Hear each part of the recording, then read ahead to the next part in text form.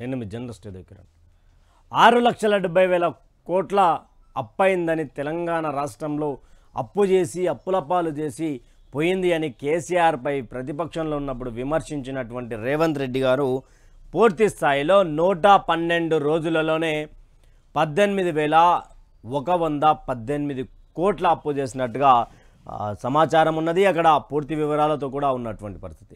అంటే సగటున రోజుకి 161 కోట్ల అప్పు. మరి ఎంత అప్పు తీసుకొని వచ్చినా కూడా ఎక్కడ కూడా ఏ స్థాయిలో కూడా ఎప్పుడు కూడా ఎక్కడ మరి రైతు బంధు ఇవ్వలేదు, రైతు రుణమాఫీ చేయలేదు, కాలువలలో నీళ్ళు వదలలేదు, కేఆర్ఎంబీలు ఎలానే ఉన్నది. ప్రతి ఒక్కటి కూడా అలాగే నడుస్తూ ఉన్నటువంటి పరిస్థితి. కానీ ఎక్కడి నుంచి అప్పు తీసుకొచ్చారు సరే, అప్పు తీసుకొచ్చినాక మరి ఎవరెవరికి అసలు ఏమి తరతర వాడిరు అనేది ఎవరికి సమాధానం చెప్పినటువంటి పరిస్థితి. చూద్దాం మార్నింగ్ న్యూస్లో ఏమేమి ఉన్నాయో దీనికి సంబంధించినటువంటి వార్తా విశేషాలు. ఇక్కడ పెద్ద ఎత్తున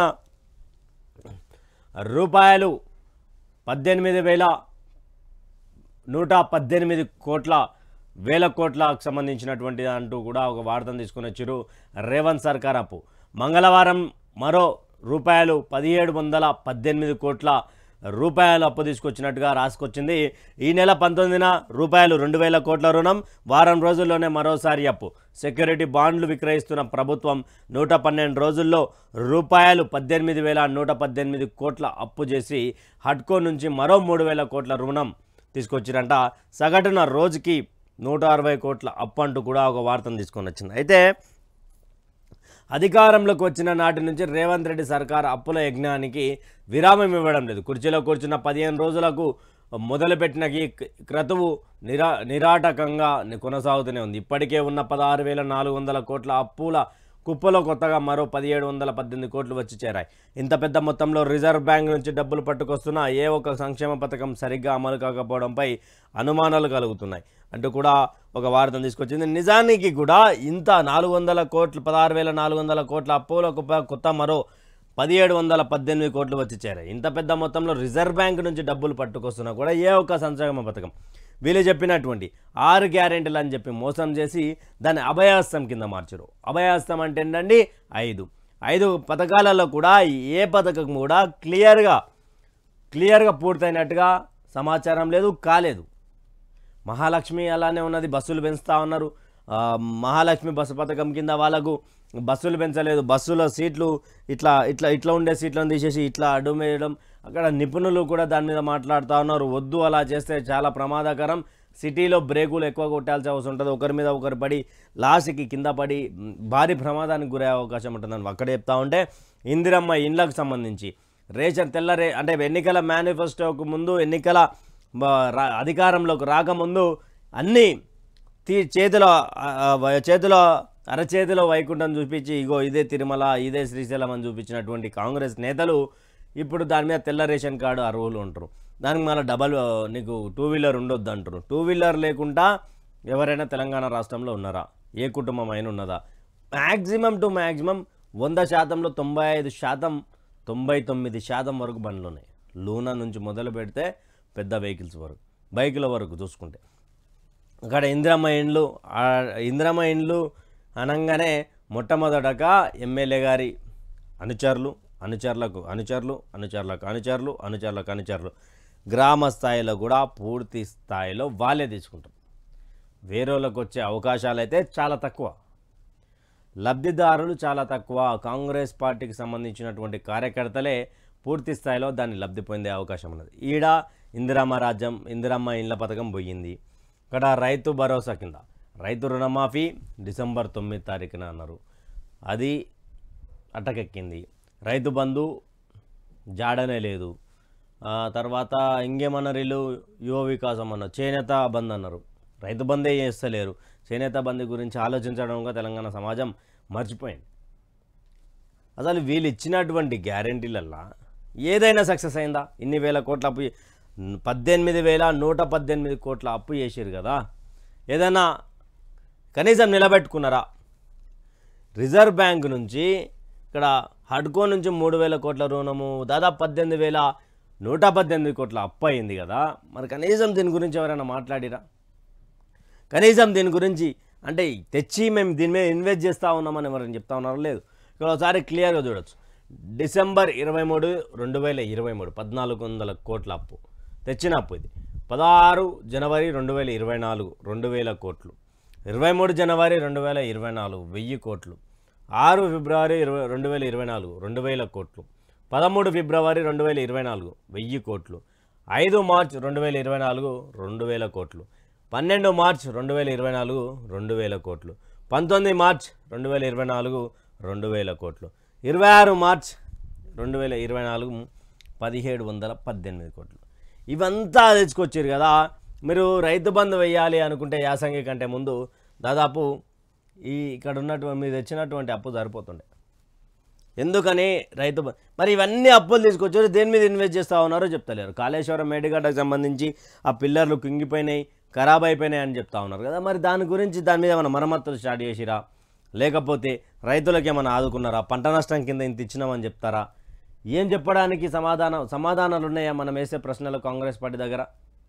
కొంతమంది లుచ్చగాళ్ళు చెప్తా ఉన్నా కదా, కొంతమంది లుచ్చగాళ్ళు ఏం చేస్తూ ఉన్నారంటే బదనాం చేసే ప్రయత్నం చేస్తూ ఉన్నారు. కామెంట్లలో అడ్డగోలే కామెంట్లు పెడతా ఉన్నారు. మీకు దమ్ము ధైర్యం ఉంటే ఈడొచ్చి నిలబడి మాట్లాడురి, మేము వేసే ప్రశ్నలకు సమాధానాలు చెప్పురి. అంతేగాని ఏదో టైంపాస్కి యూట్యూబ్ ఓపెన్ చేసి కామెంట్లు పెడితే చూడరు అనుకుంటే తీవ్ర పరిస్థితులు ఎదుర్కొంటారు. బరాబర్ చెప్తా ఉన్నా, అది కొంతవరకు లిమిట్ ఉంటుంది. ఆ లిమిట్ని కూడా దాటితే మాత్రం చాలా దారుణమైనటువంటి ఉంటుంది. ఆ పేర్లు కూడా నా నోటీస్ దగ్గరకు వచ్చినాయి, నా దగ్గరకు వచ్చినాయి. చాలామంది అంటున్నారు, చాలామంది చాలా రకాలుగా అనుకుంటున్నారు, కుక్కలు మొరుగుతున్నాయి కదా అని చెప్పి మేము పట్టించుకోం, బరాబర్ పట్టించుకోం. మేము నిజాన్ని చూపిస్తున్నాం. 118 కోట్లు తీసుకురావడం తప్పు నిజం కాదా చెప్పురి. కాంగ్రెస్ కార్యకర్తలు ఆడ పెయిడ్ బ్యాచ్ ఒకటి ఉంటుంది కదా, ఆ పెయిడ్ బ్యాచ్ ఏదైతే ఉందో మరి వాళ్ళు నిజం కాదా, నిజంగా చేస్తలేరా? 18,118 కోట్ల అప్పు చేయలేదా? ఆ పెయిడ్ బ్యాచ్ ఏదో కామెంట్ల బ్యాచ్, ఏదో రిపోర్ట్లు కొట్టే బ్యాచ్ ఉంటుంది కదా, ఆ బ్యాచ్కి అడుగుతా ఉన్నా. 110 సార్ మీకు ఎవరు మోచేతి నీళ్ళైతే మీరు తాగుతూ ఉన్నారు పెయిడ్ బ్యాచ్ వాళ్ళు, పోయి వాళ్ళని అడుగురి. సార్ నిజంగా మనం 18,118 కోట్లు తెచ్చినామంటే నీకు చెప్తాడా? జాడిద్దంతా నేను చెప్తా ఉన్నా ఇనురు, ఇగో డేట్తో సహా చెప్తా ఉన్నా కదా. ఇగో ఇన్ని రోజులు ఇంత తెచ్చిరని ఏం చేసిరు ఇన్ని రోజులలో ఇన్ని తెచ్చి? ఇందిరమ్మ ఇళ్ల పథకం కరెక్ట్ చేసిరా? రైతు భరోసా కింద రైతులకు ఉపాయం చేసిర్రా? లేకపోతే కాళేశ్వరం మేడిగడ్డకు సంబంధించి అది బ్యారేజీలు, మేడిగడ్డ బ్యారేజ్ సంబంధించి పిల్లలు కుంగిపోయినా అది మరమ్మతులు చేసిరా? మహాలక్ష్మి కింద బస్సులు పంచిరా? ఆటో కార్మికులకు పైసలు ఇస్తున్నారు అది ఇచ్చిరా? లేకపోతే అక్కడ టెట్టు మీద ఇక్కడ ఫీజులు పెంచిర్రు, అదెందుకు పెంచిర్రు? అసలు ఆర్థికంగా మేము బలంగా లేము, మేము తక్కువ ఖర్చులు పెట్టాలనుకుంటా 18,118 కోట్లు ఎట్లా తెచ్చిరండి? ఏమైనా తెలంగాణ రాష్ట్రంలో స్వరాష్ట్రం తెచ్చుకున్న తర్వాత ఇంత కరువు కాటకాలను చూసినామా? ఏమన్నా ఈ 18,118 కోట్లతోటి ఏమన్నా కాళేశ్వరం నీళ్లు నింపిరా? కేఆర్ఎంబితో మాట్లాడి సెటిల్ చేసిరా? ఇవేమీ లేవు. కానీ కొంతమంది పెయిడ్ బ్యాచ్ని తయారు చేసి ఏదో మాట్లాడాలి, ఏదో కామెంట్లు పెట్టాలి. మీరెంత యాక్టివ్ ఉంటారో మేము దానికంటే మా ఎన్నుకున్న టీముకు అంతకంటే యాక్టివ్ ఉంటుంది. బరాబర్ చెప్తా ఉన్నా. నా టీం అంటే మా వైఆర్టీవీ తెలుగు, నా పర్సనల్ టీం చాలా యాక్టివ్ ఉంటుంది. మీరు పిచ్చి కామెంట్లు చేసి భయపడేటోళ్ళం అయితే కాదు బాయ్ సాబ్, బర్ఫూత్ చెప్తా ఉన్నా, భయపడటం అయితే అస్సలు కాదు. అన్నిటికన్నీ తెగించి దీంట్లోకి వచ్చిన. మీరేదో పీకేస్తాం పొడి చేస్తామని అడ్డగోలి కామెంట్లు పెట్టి ఏదో చేసి, అన్న నువ్వు ఉడక కామెంట్ చూస్తామంటే మా వాళ్ళు చూసిరు చెప్పారు, అన్న ఎంత గలీజ్గా పెడతా ఉన్నారు ఏందని. అది చెప్పిన వాళ్ళు కుక్కలు రా మోచేతి నీళ్ళు తాగేటోళ్ళని. కొంత ఇష్టం వచ్చినట్టు మాట్లాడితే పడడానికి నువ్వు నాకేం తిండి పెడతలేవు వైసాబ్. ఇక్కడ ఉన్నది అడిగితే అంతగానం వస్తుంది, ఎందుకు అదే పోయి నీ ఎమ్మెల్యేని అడుగు. సార్ మరి రైతుల గురించి కేసీఆర్ కేటీఆర్ మాట్లాడుతున్నారు, ఇప్పుడు మీరెందుకు మాట్లాడారు? ప్రతిపక్ష హోదాలకు మరి మీరెందుకు మాట్లాడతలేరు? అధికారంలో ఉండి ఆయన తప్పు చేసిండు, రైతుల గురించి పట్టించుకోక మీరెందుకు మాట్లాడతలేరని మీ ఎమ్మెల్యేను మీ మంత్రులను గల్లబట్టి అడుగురి. పంట నష్టపోయారు, రైతు ఎప్పటికైనా రైతు. నువ్వు రైతే, నేను ఎవడైనా రైతే. నీ పంట మంచిగా ఉందని చెప్పి పక్కన పంట నష్టపోతే నవ్వుతావా? అట్లుంటుంది కాంగ్రెస్ పార్టీ పేడి బ్యాచ్ది. చెప్తా ఉన్నా, చాలా సీరియస్గా ఉంటుంది. ఇక దీని గురించి మాట్లాడుకుంటూ వస్తే దీని మీద అడిగే దమ్ము వెంకట్ బల్మూర్ అన్న, నువ్వు గతం నుంచి, నువ్వంటే నాకు చాలా ఇష్టం. ఎందుకు ఇష్టం అంటే 9.5 సంవత్సరాల్లో కాంగ్రెస్ పార్టీలో ఎవరు చేయనంత యుద్ధం చేసినావు. నువ్వు అద్దంకి దయాకర్ అన్న మాటల యుద్ధం చేసిరు. ఎంతవరకు అయితే అంతవరకు చేసారు. కాలేజ్ గేట్లు దుంకిరు. అద్దంకి దయాకర్ అన్న పబ్లిక్ కోసం కొట్లాడిండు, అన్నీ చేసిండు. కానీ ఈరోజు వెంకట్ బల్మూర్ అన్న అడగాలి, సార్ మరి రేవంత్ రెడ్డి గారు ముఖ్యమంత్రి గారు మనము 18,118 కోట్ల అప్పు తెచ్చినాం కదా, దాంట్లో రైతు బంధు సమయానికి వేయండి, రైతు బంధు సమయానికి వేయండి, లేకపోతే పంట నష్టపోయినటువంటి 20,500 ఎకరాలకు మనం పంట నష్ట పరిహారం ఇద్దాం, ఎకరానికి 10,000 లేక. ప్రతిపక్షాలు 25,000 అంటున్నాయి, కానీ మనం 10,000 ఇచ్చి మన నిజాయితీని మన నిరూపణ చేసుకుందాం అని చెప్పండి. కాంగ్రెస్ నేతలు కాంగ్రెస్ కార్యకర్తలు ఎవరైనా ఉంటే రైతుల గురించి పిచ్చి పిచ్చి కామెంట్లు పెడతారు. ఆడ పంట నష్టపోయిన రైతులంట, రైతులే కాదంట, ఇంకెవడు మరి మీ అయ్యాలా ఎవర్రా భయ్? పంట నష్టపోయిన ఇట్లా మనం ఫోటో చూపిస్తూ ఉన్నాం కదా ప్రజలారా రోజు, వీళ్ళంతా కావాలని పిఆర్ స్టంట్ కోసం బీఆర్ఎస్లు చేపిస్తే వాళ్ళంట వరిసేన్లలో వాళ్ళ దున్నపోతులను వాళ్ళ బర్రెలను వాళ్ళ గొర్రెలను తినిపిస్తున్నారంట. ఎవడన్నా రైతు అనేటోడు 3 నెలలు 4 నెలలు కష్టపడి ఒక ఫోటో కోసం గొర్రెలని వరిసేన్లకు పంపిస్తారా రాబోయ్? వరిసేన్లకే పంపిస్తారా జెన్యున్గా? ఆడ వరిసేన్లకు గొర్రెలు పోయినా కానీ దిగబడదా? ఒక్క ఫోటో కోసం పంట నష్టం చేసుకుంటారా? మీ ఇళ్ళల్లో కూడా వ్యవసాయం చేసేటోడు ఉంటే ఆ బాధ తెలుస్తుంది. పంట చేతికి వచ్చినాక నీళ్లు లేక ఖరాబ్ అయితే అడుగురి. కాంగ్రెస్ పార్టీ ప్రభుత్వాన్ని అడగండి, అన్నా 18,118 కోట్లు తెచ్చినాం మనం. ఇందిరమ్మ పథకం కింద ఇందిరమ్మ ఇండ్లకు పైసలు ఇవ్వలే, 5 లక్షలు అని చేతులు దులుపుకుంటున్నాం. మనం 200 గజాల జాగిస్తున్నాం. సిగ్గు లేకుండా మనం అమరవీరుల చనిపోతే ఏ రోజు చనిపోయిండు, ఎట్లా చనిపోయినా అని ఎంక్వైరీ చేస్తున్నాం. మనకు సిగ్గు ఉండాలి, దరఖాస్తులు పెట్టినకని ఉడక మనకు సిగ్గు ఉండాలి అని అడగండి. మరొకటి, ఇక్కడ రైతు బంధు గురించి అడగండి, రైతు రుణమాఫీ గురించి అడగండి. ఇప్పటి వరకు ఉమ్మడి ఆంధ్రప్రదేశ్లో కావచ్చు, ఉమ్మడి ఆంధ్రప్రదేశ్ రాష్ట్రంలో ఉన్న తర్వాత ఇంతమంది ముఖ్యమంత్రులు మారినా, ఇన్ని గవర్నమెంట్లు మారినా ఏ రోజు కూడా రైతుకు బ్యాంకు నోటీసులు పంపించలే. ఈ ప్రభుత్వం పంపిస్తుంది. వీళ్ళ ఖరాబై మీకు సపోర్ట్ చేసేది, వీళ్ళక మీరు సపోర్ట్ చేసి మాట్లాడేది. రైతులకు బ్యాంకు నోటీసులు వస్తే ఎంత ఇజ్జత్ ఖరాబ్ తెలుసా ఊర్లలో? రైతు రుణమాఫీ చేస్తాను ప్రగల్భాలు ఎందుకు పలికిండు? మరి దాని మీద మాట్లాడండి అంటున్నా. దాని మీద మాట్లాడకుండా చేతగాని కొంతమంది ఉంటారు, వాళ్ళ వసంటోలే మోచేతి నిలాహేటోలే అలాంటి మాటలు మాట్లాడుతూ ఉంటారు. నా పాలన చూసి కాంగ్రెస్ కోటేయుర్రి, ఏం ఉద్ధరించినవన్నీ పాలన చూసి ఓటేయాలి. రైతులకు బ్యాంకు నోటీసులు పంపించినందుకు నీకు రైతులు ఓటేయాలనా? నిరుద్యోగులకు నోట్లో మన్ను కొట్టినందుకు నీకు ఓటేయాలనా? టెట్ ఫీజు 200 నుండి 1000 రూపాయలకు దాదాపు 800 రూపాయలను పెంచినందుకు నీకు ఓటేయాలనా? జర్నలిస్టులపై మీ వాళ్ళు పెయిడ్ బ్యాచ్ అక్రమ కేసులు పెడుతున్నందుకు, అక్రమంగా ఇబ్బంది పెడుతున్నందుకు, మనశ్శాంతిగా బ్రతకనీయకుండా దాడులు చేస్తున్నందుకు నీకు ఓటేయాలనా? నీ ఎమ్మెల్యేలు మంత్రులు నష్టపరిహారం అడుగుతున్న రైతుల గురించి పట్టించుకోకుండా పంటలు ఖరాబ్ అయిపోయి రైతు బంధు రాక ఇబ్బంది పడుతున్న రైతులు మీకు ఓటేయాలనా? దేనికి వేయాలి ఓటు? అది క్లారిటీ ఇవ్వాలి. నా పాలన నుంచి కాంగ్రెస్ కోటేయ్యి. కొడంగల్కే 100 కోట్ల రూపాయలు తీసుకపోతే కొడంగల్ డెవలప్ అయితే మిగతా డెవలప్ అయినట్టు కాదుగా. గతంలో గజ్వేల్కే పోతున్నాయి, సిద్దిపేటకే పోతున్నాయి, సిరిసిల్లకే పోతున్నాయి అన్నారు. అక్కడన్నా 3 నియోజకవర్గాలకు పోయినాయి. మరి నీ పరిస్థితి ఏంది? ఓన్లీ కొడంగల్కే పోతా ఉన్నాయి కదా. ఇంకా లేకపోతే తెలంగాణ ఉద్యమకారులను తుంగలో దొక్కి కార్పొరేషన్ పదవులు వేరేళ్ళకి ఇచ్చినందుకు మీకు ఓటేయాలనా? తెలంగాణ ఉద్యమంలో ఎయిర్ గన్ పట్టుకొని కరీంనగర్లో టీడీపీ సభ పెట్టినందుకు మీకు ఓటేయాలనా?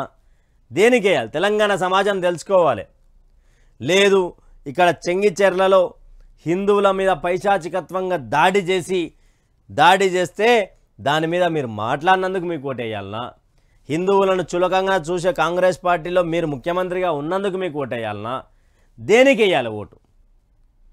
నాకైతే నాతో పాటు చాలామంది తెలంగాణ సమాజానికి ఆ క్వశ్చన్ మార్క్ ఉన్నది. దేనికి వేయాలి ఓటు?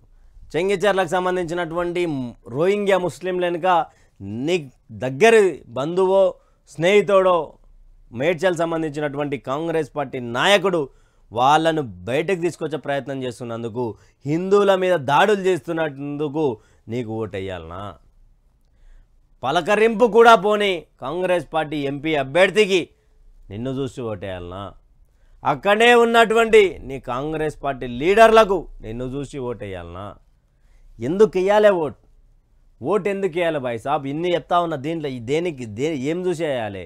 రైతులు 180 మంది ఆత్మహత్యలు చేసుకున్నందుకు ఓటు వేయాలనా? దేనికి వేయాలి ఓటు? ఆటో డ్రైవర్లు 40 మంది దాకా చచ్చిపోయారు, దానికి వేయాలనా? దేనికి వేయాలి?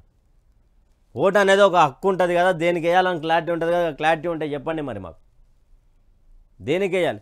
మీ దగ్గర అభ్యర్థులు ఉంటే ఒకవేళ ఓటు ఏంది అభ్యర్థులను ప్రకటించి మీరు ఇప్పటివరకు ఎలక్షన్ మేనిఫెస్టో అంటో ఏదో లొట్ట పీసు అని చెప్పి ఏదో చెప్తారు కదా, ఎన్నికల ముందు ప్రగల్భాలు పలికి ఖరాబ్ చేయడానికి పబ్లిక్ని మార్చే ప్రయత్నం చేస్తారు కదా. మరి ఎందుకు వేయాలి ఓటు? మీ దగ్గర మిమ్మల్ని చూసి ఓటు వేయాలి అంటే ఇక్కడ మీ తాను అభ్యర్థులే లేరే. బీజేపీ బీఆర్ఎస్ ఆల్రెడీ అభ్యర్థులను ప్రకటించింది, మీరెందుకు ప్రకటించలేదు? ఈ ఎన్నికల నాకు రెఫరెండం 100 రోజుల పాలన ఇలా చాలా చేశాం, కనీసం 14 సీట్లు గెలవాలి ముఖ్యమంత్రి రేవంత్ రెడ్డి. ఈ ఎన్నికలు నాకు రెఫరెండం. ఈ ఎన్నికలలో డబల్ డిజిట్ సాధించకపోతే, డబల్ డిజిట్ అంటే ప్రజలారా మిత్రులారా ఒకటి గుర్తుపెట్టుకోండి, రేవంత్ ముఖ్యమంత్రిగా 12 నుండి 15 సీట్లు అంటే డబల్ డిజిట్ 10 to 15 సంబంధించి 10 నుండి మొదలు పెట్టుకొని 15 సీట్లు. ఎక్కడ చూసినా డబల్ డిజిట్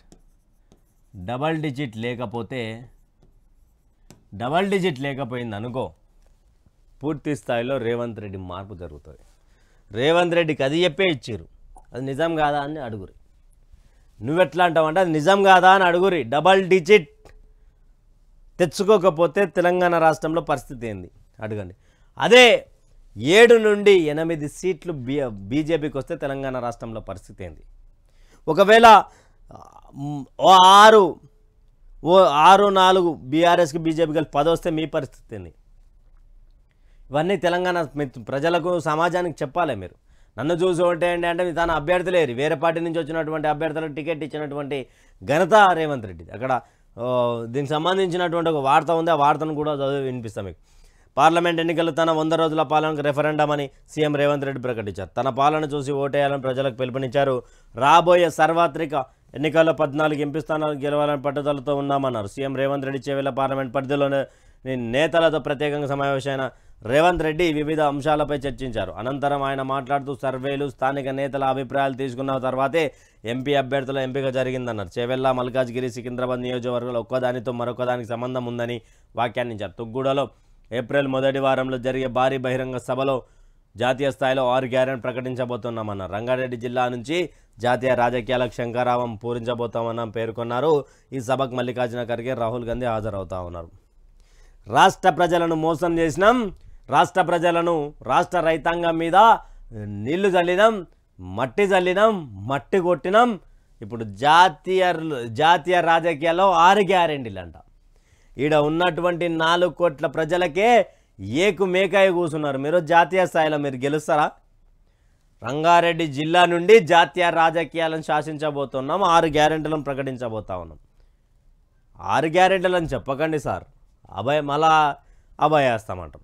అస్తం లేనిది కాంగ్రెస్ పార్టీ లేదు అని చెప్పి తుమ్మల నాగేశ్వరరావు గారు అన్నారు. ముస్లిం లేని కాంగ్రెస్ లేదు, కాంగ్రెస్ లేని అస్తం లేని కాంగ్రెస్ పార్టీ లేదన్న. ఇక్కడ పూర్తి స్థాయిలో ఇక్కడ ఇంతకుముందు మన గవర్నమెంట్ రాకముందు ఇదే ఇప్పుడు ఉన్నటువంటి రంజిత్ రెడ్డి గారిని కోడిగుడ్ల స్కామ్ చేసిన దొంగ అన్నాడు. రంజిత్ రెడ్డి ఇప్పుడేడుంటాడో, రేపేడుంటాడో, ఎల్లుండేడో ఎవరికి తెలియదు అన్నాడు. ప్రజల్లో ఉండే నాయకుడు కాదన్నారు. ఎవరు కాదన్నప్పుడు నువ్వెందుకు టికెట్ ఇచ్చిన? ఏ సర్వే చెప్పింది సార్ మీకు రంజిత్ రెడ్డికి టికెట్ ఇవ్వమని? కాంగ్రెస్లోకి ఒకసారి రంజిత్ రెడ్డి ఎప్పటి నుంచో ప్లాన్ చేసుకున్నాడు, మరి అది చెప్పండి. ప్రజల మోసం చేసుడు కాకపోతే గతంలో ఎమ్మెల్యే ఎలక్షన్ల ముందు కోడిగుడ్ల స్కామ్ చేసిండు అని చెప్పి ఆరోపించింది మీరే కదా. దివాన్జీ బార్ కాడ బీడీలు అమ్ముకున్నాడు అని చెప్పి దానం నాగేంద్ర మీద కామెంట్ చేసింది మీరే కదా, మీరు కాదా? మరి ఈరోజు ఆ రోజు సాంప్రదాయని, సుప్పిని, శుద్ధపూసని అన్నటువంటి మీరు ఈరోజు ఎందుకని మీకు ఈరోజు ఎందుకు నచ్చుతున్నారు, ఆ రోజు నచ్చనటువంటి వాళ్ళు ఈరోజు ఎందుకు నచ్చుతూ ఉన్నారు అని ప్రశ్నిస్తూ ఉన్నాం. ఆ రోజు బీడీలు అమ్ముకున్న వాళ్ళు, ఆ రోజు కోడిగుడ్ల మీద స్కామ్ చేసినటువంటి వాళ్ళు ఈరోజు మీ పక్కనకు ఎందుకు కూర్చున్నారు? సికింద్రాబాదు, చేవెళ్ళ, మల్కాజ్గిరి మూడు పార్లమెంట్ సెగ్మెంట్లకు టచ్ ఉందంట. మల్కాజ్గిరిలో ఈటల కన్ఫామ్, చేవెళ్ళ మన కొండ విశ్వేశ్వరరెడ్డి కన్ఫామ్, ఇక్కడ సికింద్రాబాద్లో కిషన్ రెడ్డి లేదా పజ్జన్న కన్ఫామ్. ఏడా మీరు గెలిచేది మూడు స్థానాల్లో గెలుస్తారా? మీరు ఉన్నదా మీకు? మిమ్మల్ని చూసి ఓటేయాలన్నా? ఇక్కడ 6 గ్యారెంటీల పేరు చెప్పి యువ వికాసం ఎగిరేసి అయిపోస్తామన్నారు. అదే మళ్ళీ జాతీయ స్థాయిలో కూడా అదే చేస్తారంట. ఈయనను చూసి ఓటేయాలంట. ఇంకా మనకేం పని లేదు ఇక. అబ్బో,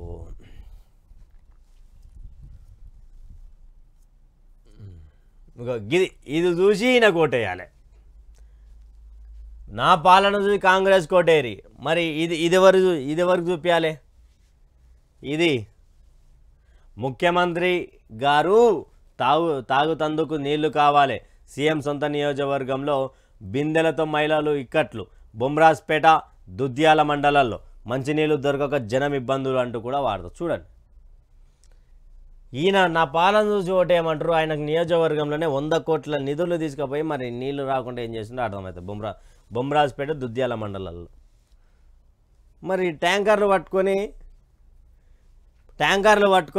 ట్యాంకర్ల కాడ నీళ్ళు తెచ్చుకునే దుస్థితికి తీసుకొచ్చింది. ఆనాటి రోజులు మళ్ళీ తీసుకొస్తాడే రేవంత్ అన్న. తీసుకొచ్చాను కదా ప్రజలారా, ఆనాటి రోజులే కదా ఇవి. ట్యాంకర్లలో నీళ్ళు నింపుడు, లైన్లో నిలబడు, పొద్దుగాలు ఎప్పుడు వస్తుందని వెయిట్ చేసుడు, ఇవంతా కూడా ఇంద్రమ్మ రాజ్యంలో జరిగిందే కదా. వికారాబాద్ జిల్లా కొడంగల్ నియోజకవర్గం తాగునీటి కష్టాలకు కేర్ ఆఫ్ అడ్రస్ అయింది. సీఎం రేవంత్ రెడ్డి సొంత నియోజకవర్గంలో తాగడానికి నీళ్లు లేక జనం తీవ్ర ఇబ్బందులు ఎదుర్కొంటున్నారు. ముఖ్యంగా బొమరాజ్పేట్ మండలం కేంద్ర పాటు దుద్యాల మండలంలో పలు గ్రామాల్లో తాగునీటి సమస్య తీవ్రంగా ఉన్నాయి. గత కొన్ని రోజులుగా అంటూ కూడా ఒక వార్తను తీసుకొని వచ్చింది. ఇది చూసి ఈ 100 రోజుల పాలన అభివృద్ధి చూసి ఈయన కోటేయండి. ఈ 100 రోజుల పాలన చూసి, ముఖ్యమంత్రి గారి ముఖం చూసి ఎవరైనా అభ్యర్థి ఉంటే అలా కోటేయరు. వేస్తారా కాంగ్రెస్ పార్టీ కోటు? అనిపిస్తుందా ఓటేయాలని కనీసం? అనిపిస్తే మనంత దౌర్భాగ్యులు ఎవరు ఉండరు.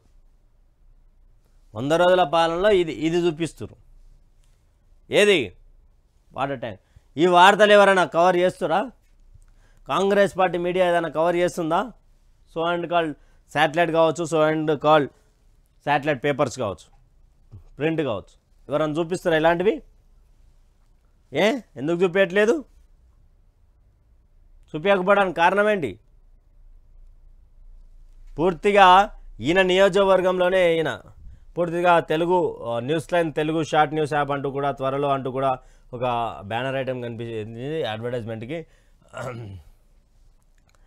అభ్యర్థులు కావాలను, మీరెవరైనా సరే ఇంట్రెస్ట్ ఉంటే కాంగ్రెస్ పార్టీలో పోటీ చేసుకోవచ్చు. బీఆర్ఎస్ నుంచి రారు, పార్టీలో లేరు. క్యాండిడేట్ల కోసం అధికార కాంగ్రెస్ తిప్పలు పోటీ చేసేందుకు హస్తం లీడర్ల విముఖత. 100 రోజుల్లో వచ్చిన వ్యతిరేకతే కారణం. అభ్యర్థులు దొరక్క పెద్దల ఇబ్బందులు. ఇప్పటిదాకా ఫైనల్ చేసింది 9 టికెట్లే. బీఆర్ఎస్ నుంచి పోయిన వాళ్ళకే 3 టికెట్లు. కారు దిగి వెళ్ళిన వాళ్ళకి వరుస అవమానాలు. రేవంత్ రెడ్డిటే రంజిత్ రెడ్డి పరువు తీసిన కేఎల్ఆర్. ఆలోచనలో పడిన జంపింగ్ జపాంగ్ బూత్ లీడర్లు, బాపత లీడర్లు. ఢిల్లీకి రేవంత్ రెడ్డి టికెట్లపై పెద్దతో చర్చ. క్యాండిడేట్ల కోసం అధికార కాంగ్రెస్ పార్టీ తిప్పలు. అధికారంలో ఉన్నప్పుడు ఎట్లుండాలండి? బీఆర్ఎస్ పార్టీ అధికారంలో ఉన్నప్పుడు ఎంత తొందరగా ప్రకటిస్తుండే 17 మందిని. 17 మందిని అంటే అప్పుడు ఎంఐఎంకి సంబంధించినటువంటి పొత్తుండడంతో ఆయన 17వ సీట్ ఏదైనా హైదరాబాద్ ఉందో హైదరాబాద్ని లైట్ తీసుకుంటుండే. వీళ్ళు ఇంకా 9 మందినే ఖరారెందుకు చేసిరండి? అంటే అభ్యర్థులు లేకనే కదా, 100 రోజులలో వచ్చినటువంటి వ్యతిరేకతనే కదా, ట్యాంకర్లతో పట్టుకుంటున్నటువంటి నీళ్ళే కదా. ఇవన్నీ వ్యతిరేకతను చూసి విముఖత చూపేపోవడానికి ఆడ మళ్ళా 9 మందిలో కూడా బీఆర్ఎస్ పార్టీ నుంచి వచ్చినటువంటి 3కే టికెట్లు ఇచ్చారు. 3 వాళ్ళే బీఆర్ఎస్ నుంచి వచ్చిన వాళ్ళే. అంటే ఇలా కరడుగట్టిన కాంగ్రెస్ వాదులకు న్యాయం జరుగుతుందని నమ్ముతున్నటువంటి ఓ పేడ్ బ్యాచ్ గుర్తుపెట్టుకోరి, ఏమి జరిగినా మీ దగ్గర కూడా ఎవరు రారు.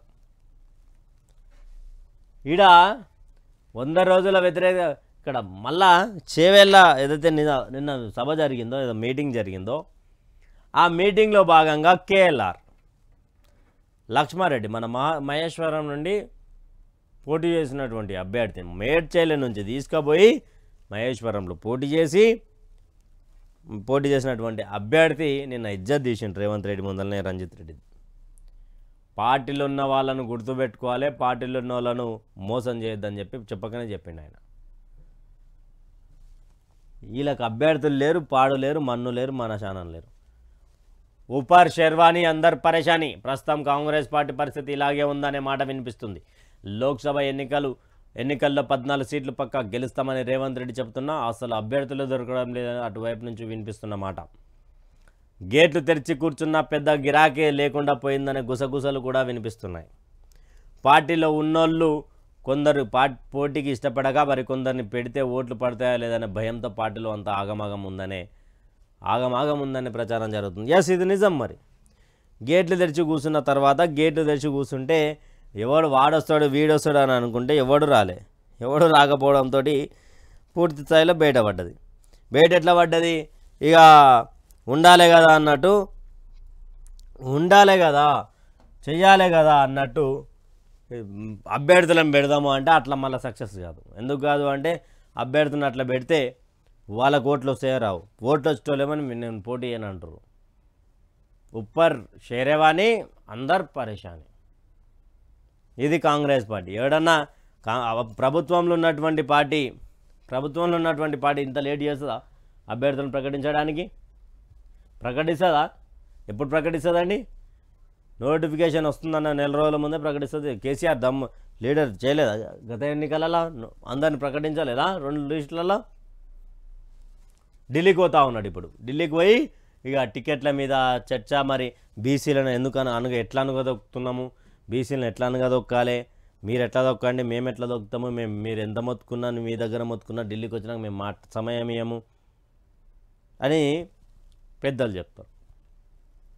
ఇటు ఉన్నటువంటి బీసీ నాయకులు, కరడు కట్టిన కాంగ్రెస్ కార్యకర్తలు బలైపోతారు. కాంగ్రెస్కు ఓటేస్తే హామీలని కథమైనట్టే, హామీలు అమలు చేయకుండా ఒప్పుకున్నట్టే. ప్రజలను గాలికి వదిలేసి ఏ ముఖం పెట్టుకొని ఓట్లాడుగుతారు. కాంగ్రెస్ మోసాలను ప్రజలను గమనిస్తున్నారు. ముస్లింలను కాంగ్రెస్ విస్మరించింది. మెదక్లో గులాబీ జెండా ఎగరడం ఖాయం. సన్నాహక సమావేశాలు హరీష్ రావు.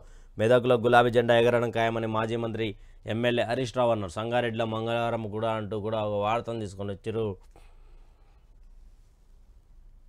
కాంగ్రెస్ కోటేస్తే హామీలన్నీ కథమైనట్టే. సార్ మరి మీరేమో కాంగ్రెస్ కోటేస్తే హామీలన్నీ కథమైనట్టు అని మీరు మాట్లాడుతూ ఉన్నారు. ఆయన ఏమంటున్నాడంటే జాతీయ స్థాయిలో కూడా మనం 12 సీట్లు గెలిచి రాహుల్ గాంధీ గారికి గిఫ్ట్గా ఇస్తే ఆడ ప్రభుత్వం ఏర్పడుతుందంట. 6 గ్యారెంటీలు దేశ ప్రజలకు ఇద్దాం. మీరేంది సార్ అన్ని జోకులు వేస్తారు? మీరేమో కాంగ్రెస్ మోసాలు అంటారు, ఆయనేమో చేస్తా అంటాడు. ఏం మొగం పెట్టుకున్నాడు ఓట్లాడుతారు? బరాబ్బర్ ఎందుకు అడుగుతారు మీరు అని అడుగుతా ఉన్నాడు హరీష్ అన్న. ఎట్లా అడుగుతారు మీరు? నిజంగా నాకు కూడా డౌట్ వచ్చింది. నీళ్ళు ఇయ్యనందుకు అడుగుతారా? కరెంట్ తీస్తున్నందుకు అడుగుతారా? రైతులు ఆత్మహత్య చేసుకుంటున్నందుకు అడుగుతారా? ఆటో డ్రైవర్లు ఆత్మహత్య చేసుకుంటారు అడుగుతారా? రైతు బంధు అడిగిన చెప్పు తీసుకొని కొడతానందుకు అడుగుతారా? లేకపోతే ఆటో డ్రైవర్లు ఆత్మహత్యలు కావు, ఏదో వాళ్ళేదో బూటకము నాటకాలు ఆడుతున్నారని మీ మంత్రి గారు అన్నందుకు, మీరు అన్నందుకు ఆ ఓట్లు అడుగుతారా? లేకపోతే బెదిరించినందుకు అడుగుతారా? ఫోన్లు చేసి సార్ పని ఉంది ఇలా అని చెప్పడానికి ఫోన్ చేసిన వాళ్ళను ముడ్డి మీద అంతా ఇవన్నీ దీంట్లోకి అడుగుతారా మీరు? ఓట్లు అడగడానికి మీకు అర్హత ఉన్నదా? నిజంగా జెన్యున్గా మీకు ఉన్నదా అర్హత అనేది హరీష్ రావు అడుగుతా ఉన్నాడు.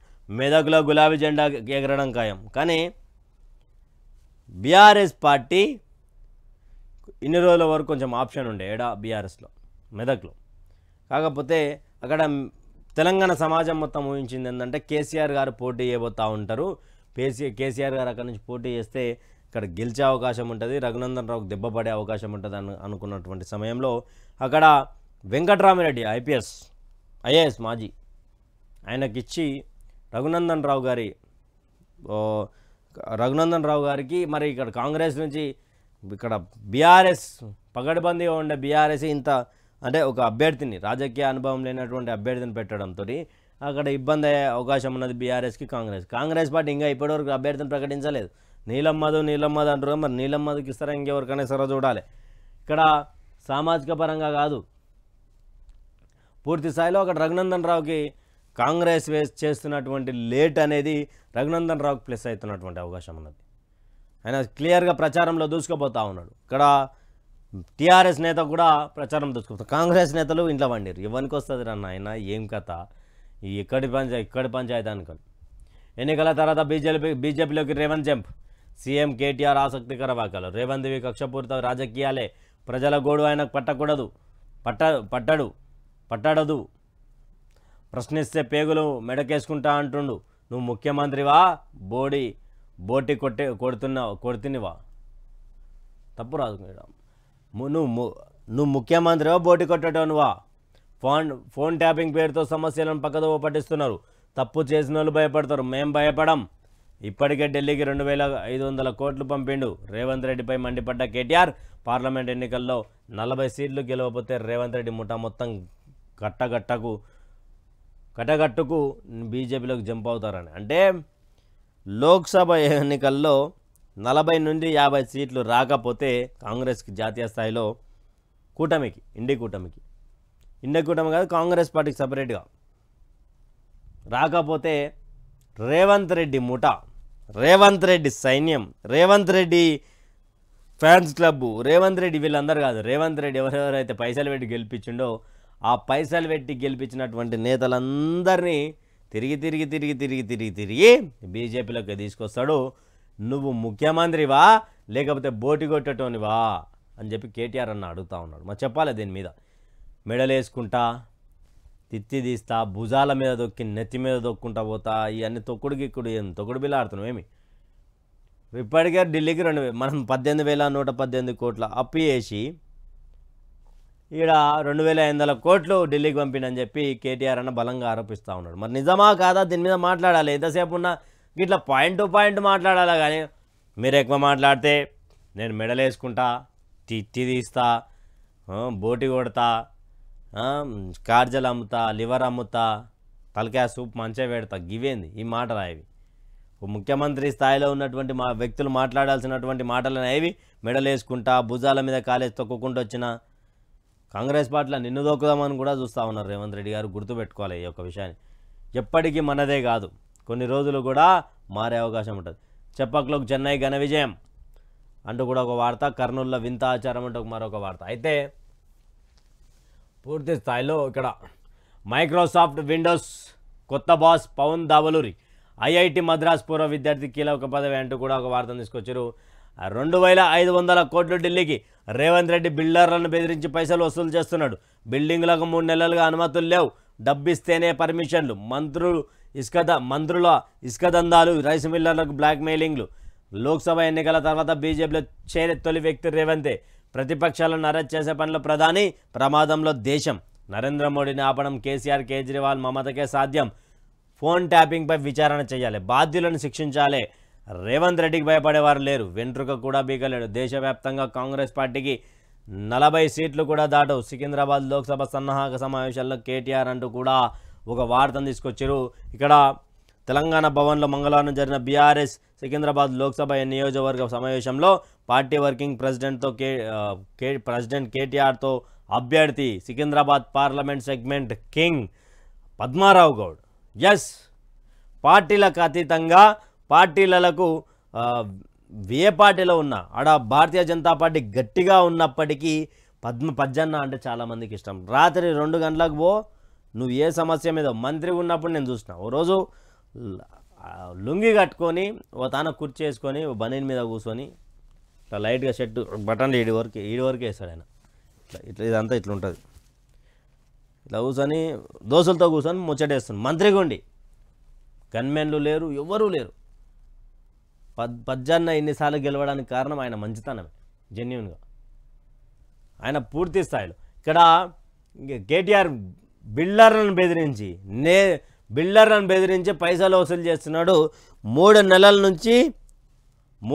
నుంచి అనుమతులే లేవు. పైసలు ఇచ్చినోనికే బిల్డింగ్ పర్మిషన్లు, మంత్రులేమో ఇసుక దందాలు, రైస్ మిల్లర్ల నుంచి బ్లాక్ మెయిలింగ్లు, ఇవన్నీ కూడా లోక్సభ ఎన్నికల తర్వాత తొలి బీజేపీలో చేరే తొలి వ్యక్తి రేవంతే. ఇంకా పేడ్ బ్యాచ్ వాళ్ళు లొల్లి పెట్టి, మీ పేడ్ బ్యాచ్ వాళ్ళు ఉన్నారు కదా, కామెంట్లు చేసే పేడ్ బ్యాచ్ వాళ్ళందరూ చెప్పుర్రి, మీకు దమ్ముంటే లోక్సభ ఎన్నికల్లో మీ కాంగ్రెస్ పార్టీ ఎన్ని కొడుతుందో చెప్పుర్రి. కొట్టకపోతే ఏం చేయాలి, కొడితే మేమేం చేయాలో చెప్తాం. నరేంద్ర మోడీని ఆపడం కేసీఆర్, కేజ్రీవాల్, మమతగా సాధ్యం. ఫోన్ ట్యాపింగ్పై విచారణ చేయాలి. ఫోన్ ట్యాపింగ్ చేసిన వాళ్ళు భయపడతారు బాయ్ సాబ్, మేమెందుకు భయపడతామని బరాబర్ అడుగుతూ ఉన్నాడు. మా చెప్పాలి సమాధానం దానికి. ఎంతసేపు ఉన్న గత ప్రభుత్వం మీద విమర్శలు చేసుడు తప్ప ఇంకోటి ఏం చేసే ప్రక్రియను ఎందుకు తీసుకుంటలేరు, ఎందుకని వేరేది తీసుకుంటలేరు?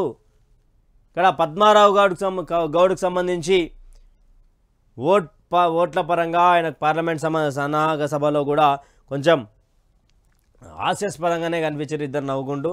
ఇక్కడ పజ్జన్నకు సంబంధించినటువంటి గెలుపు, ఇన్ని రోజులు భారతీయ జనతా పార్టీ గెలుపు పక్కా అనుకున్నటువంటి సమయం నుండి ఇప్పుడు పద్మారావు గౌడన్న క్లియర్గా పూర్తిగా పజ్జన్న ఏం చేస్తాడు, అక్కడ గెలిచే అవకాశం ఉన్నటువంటి నేత, లేకపోతే ఈయన కాంగ్రెస్ పార్టీ కొట్లాడుకొని బీజేపీని గెలిపిస్తారా, లేకపోతే కానీ పజ్జన్నకైతే ఛాన్సెస్ ఉన్నాయి బీఆర్ఎస్ నుంచి, అదైతే చెప్పగలుగుతాం. పజ్జన్న గెలిచే అవకాశాలు ఉంటాయి, గెలిచే 99% ఉంటాయి. ఇక్కడ దేశవ్యాప్తంగా కాంగ్రెస్ పార్టీకి 40 సీట్లు కూడా దాటవు. 40 సీట్లు కాదు కదా అన్న, కేటీఆర్ అన్న జోస్యం చెప్పిండు, జబర్దస్త్ చెప్పిండు. 40 నుండి 50, ఇంకా లాస్ట్ 50 వేసుకోరు. ఇంకంతకంటే ఇక నరేంద్ర మోడీ గవర్నమెంట్కి ఫూల్ చేయాలి, కట్టలు కడతాం, పిట్టలు కడతాం, ఇవన్నీ ఏమి ఉండవు. ఆడ మొగోడు నరేంద్ర మోడీ, ఆయన మీద మీరు 50-100 సీట్లు తెచ్చుకుంటే మొగోలే కాంగ్రెస్ వాళ్ళు. అయిపోయింది కాంగ్రెస్ పార్టీ చరిత్ర, ఆ హీనత చరిత్ర అయిపోయింది, ఆ ఎమర్జెన్సీ చరిత్ర అయిపోయింది, ప్రాణాలను తీసుకున్నటువంటి దొంగ చరిత్ర మీది అయిపోయింది. దేశ సంరక్షణ కోసం పోరాడినటువంటి చరిత్రకారులను మర్చిపోయి తుంగలో దొక్కిన గలీజ్ చరిత్ర కాంగ్రెస్ పార్టీ అయిపోయింది. దేనికంటే మనం ఇక వేస్ట్గా పొత్తుకు నో అన్నందుకే కవిత టార్గెట్ హరీష్ రావు అంటూ కూడా ఒక వార్తను తీసుకొని వచ్చింది. అవకాశవాదులకు బుద్ధి చెప్పాలి సబితా ఇంద్రారెడ్డి, కాంగ్రెస్ వచ్చింది కరువును తీసుకొచ్చింది. వేముల అంటూ కూడా మాజీ మంత్రి రేవంత్ రెడ్డి జూటాకోర్ సీఎం బాజిరెడ్డి గోవర్ధన్ రెడ్డి నిజామాబాద్ అభ్యర్థి. పొత్తుకు నో అన్నందుకే భారతీయ జనతా పార్టీకి పొత్తు నో అన్నందుకే కవిత మీద కక్ష సాధింపు చేస్తూ ఉన్నారు అనేది ప్రథమంగా హరీష్ రావు ఆరోపిస్తూ ఉన్నాడు. తర్వాత అవకాశవాదాలకు బుద్ధి చెప్పాలి అంటూ కూడా మాజీ విద్యాశాఖ మంత్రి సబితా ఇంద్రారెడ్డి గారు మాట్లాడుతూ ఉన్నారు. తర్వాత కాంగ్రెస్ వచ్చింది కరువును తీసుకొచ్చింది. ఎస్, కాంగ్రెస్ వచ్చింది కరువును తీసుకొని వచ్చింది. మరి ఏం చేద్దాం? మరి మార్పు కావాలని మనం మాట్లాడుకుంటే, మనం మాట్లాడుకున్నటువంటి రోజు వీళ్ళందరూ కూడా కరువును తీసుకొచ్చింది అంటున్నారు. కానీ కరువు వాళ్ళ ప్రాజ్యం వస్తేనే కరువు వస్తుంది. ఇది ఎందుకు రైతులు రేవంత్ రెడ్డి జూటాకోర్ సర్కార్ అంటూ కూడా ఒక వార్తని తీసుకొచ్చింది.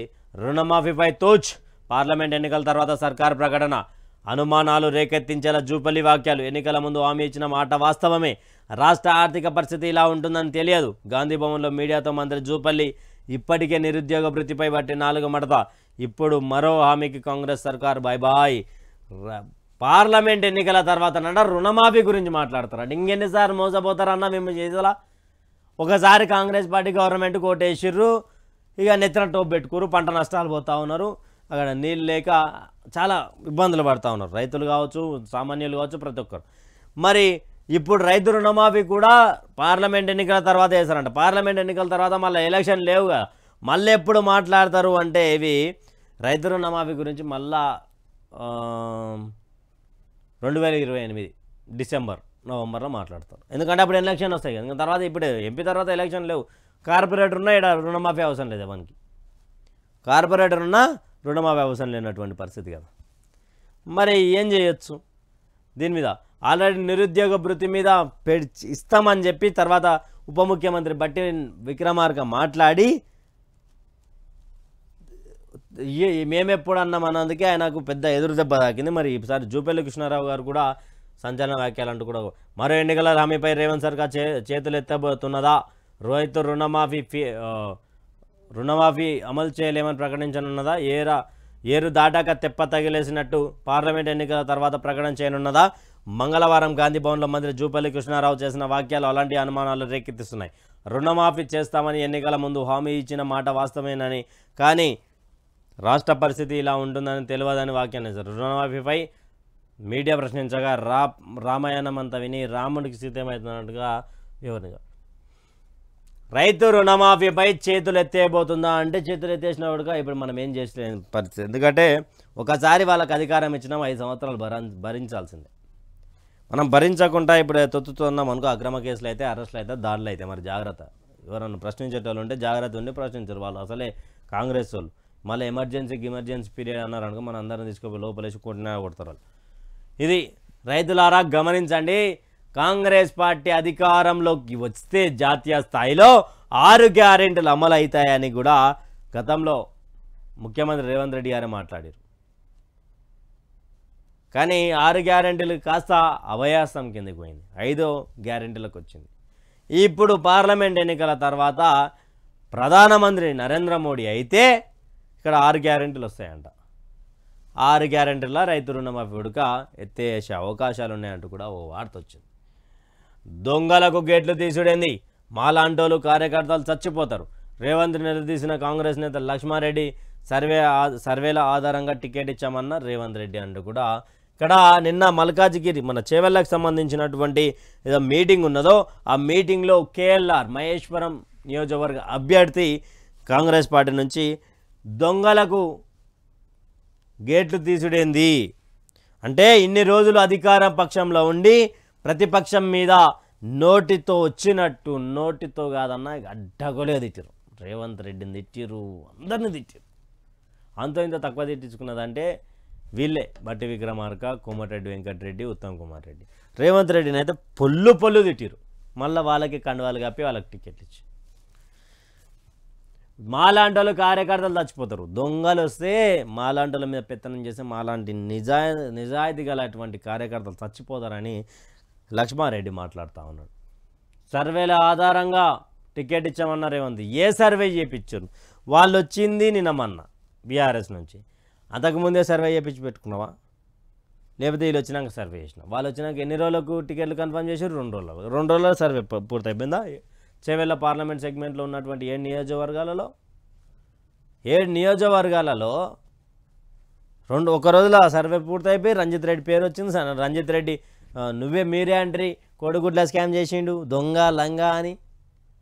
మరి ఇప్పుడు సర్వేల ఆధారంగా ఎట్లా వచ్చినాయి మరి నాకు అర్థమవుతలేదు. కాంగ్రెస్ పార్టీకి సంబంధించినటువంటి కాంగ్రెస్ పార్టీలో ముసలం అయితే మొదలైంది. పంట ఎండి గుండె మండి రోడెక్కిన రైతన్న, నీళ్లు లేక పంటలు చేతికి అందే దశలో ఎండిపోతున్నాయని వెంటనే చివరి ఆయకట్టుకు సాగునీళ్ళు ఇవ్వాలని మంగళవారం పెద్దపల్లి జిల్లా మంతని మండలంలోని పోచమ్మవాడ మల్లెపల్లికి చెందిన రైతులు మంతని గోదావరి ప్రధాన రహదారిపై ధర్నా నిర్వహించారు. ఈ విషయం తెలుసుకున్న సిఐ వెంకటేశ్వర్లు, ఎస్ఐ వెంకటకృష్ణ ధర్నా స్థలానికి చేరుకొని రైతులను చెదరగొట్టేందుకు ప్రయత్నిస్తుండగా అక్కడ ఉన్న రైతు లేచి, సారు నీ కాల్మొక్త, మా రైతుల ధర్నాను చేయొద్దు అని సిఐ కాళ్ళు పట్టుకొని వేడుకుంటున్నాడు. అంటే ఇక్కడ రైతులు, సారు బాంచన్ నీ కాళ్ళు మొక్కుతా, మా దీక్ష చేయకండి, నీళ్లు కావాలి, పంటలు ఎండిపోతూ ఉన్నాయి, పొట్ట ఎండిపోతుంది, డొక్క ఎండిపోతుంది అని రైతులు ధర్నా చేస్తూ ఉంటే అక్కడికి మంతని గోదావరి కనికి సంబంధించినటువంటి రైతులు ధర్నా చేస్తూ ఉంటే ఇక్కడ సిఐ వెంకటేశ్వర్లు, ఎస్ఐ వెంకటకృష్ణ గారు ఇక్కడ ఒక రైతు ఓ రైతు రైతు రైతు పాడుగాని నీ రాతో అని ఒక పాట ఉంటుంది. ఆ పాట జబర్దస్త్ సెట్ అవుతుంది సీన్కి. ఇక్కడ సిఐ సార్ గారి కాళ్ళు మొక్కడానికి పోతా ఉన్నాడు రైతు. సార్ బాంచన్ మీ కాళ్ళు మొక్కుతా, మా ధర్నా విరమించజేయకండి, మా బాధ అవుతా ఉన్నది, చేతికొచ్చిన కొడుకు చచ్చిపోతే ఎట్లుంటుందో, చేతికొచ్చిన పంట నష్టపోతే కూడా అట్లే ఉంటుంది సార్, నీళ్లు లేక ఎండిపోతున్నాయని చెప్పి వీళ్ళడుతూ ఉన్నారు. కానీ దీని మీద మంతని అంటే మినిస్టర్ గారిది, మంతని మినిస్టర్ ఉన్నారు కదా, ఎవరు? దుద్దిల్ల శ్రీధర్ బాబు గారు. సార్ మరి మీకు సంబంధించినటువంటి ఇష్యూయే సార్ ఇది, రైతులు మాట్లాడాలి, దీన్ని రైతుల కోసం మీరు ఏమైనా మాట్లాడాలి కదా. ప్రెస్ ముందుకు వచ్చి వాణ్ణి తిట్టుడు, వీణ్ణి తిట్టుడు, ఎటకారం చేసుడు ఇవే కాదు, రైతుల గురించి మాట్లాడు. 100 ఓట్లు పడే కాడ ఇంకొక 5 10 ఓట్లు పెరుగుతాయి. పార్లమెంట్ ఎన్నికల కోసమే కదా మీ స్టంట్లు ఇవన్నీ, పార్లమెంట్ ఎన్నికల కోసమే కదా గేట్లు తెరిచింది. ఇక్కడ చూడురి పాపం చాలా పూర్తి స్థాయిలో ఇవి ఇప్పటి వరకు ఉన్నటువంటి వార్తా విశేషాలు. కానీ రైతుల విషయంలో మాత్రం పూర్తిగా కాంగ్రెస్ పార్టీ గవర్నమెంట్ అనేది ఒక్కసారిగా వీళ్ళని పట్టించుకోకుండా వీళ్ళ మీద పెత్తానం చేసి ఎక్కడైనా దీక్షలు చేయొచ్చు, ఎక్కడైనా ధర్నా చేయొచ్చు అని చెప్పినటువంటి కాంగ్రెస్ పార్టీ ముఖ్యమంత్రి ఆయన ఏం చెప్తా ఉన్నాడు అంటే, ఇప్పుడు దీక్ష చేస్తే పోలీసు వాళ్ళు వస్తుర్రు, ధర్నా చేస్తే పోలీసు వాళ్ళు వస్తుర్రు, స్వేచ్ఛగా దీక్ష ధర్నా చేయలేనటువంటి పరిస్థితి. అయితే తెలంగాణ రాష్ట్రం సమాజమా గుర్తుపెట్టుకోండి, ఇప్పుడంట మనం జాతీయ స్థాయిలో లోక్సభ ఎన్నికల్లో 12 సీట్లు 14 సీట్లు ఇప్పిస్తేనే జాతీయ స్థాయిలో వాళ్ళ కాంగ్రెస్ పార్టీ ప్రధాని అయ్యి మన తుక్కుగూడకు సంబంధించినటువంటి దాంట్లో మీటింగ్ పెట్టి జాతీయ స్థాయి లెవెల్లో 6 గ్యారెంటీలు ఇస్తారంట. చూస్తూనే ఉండండి.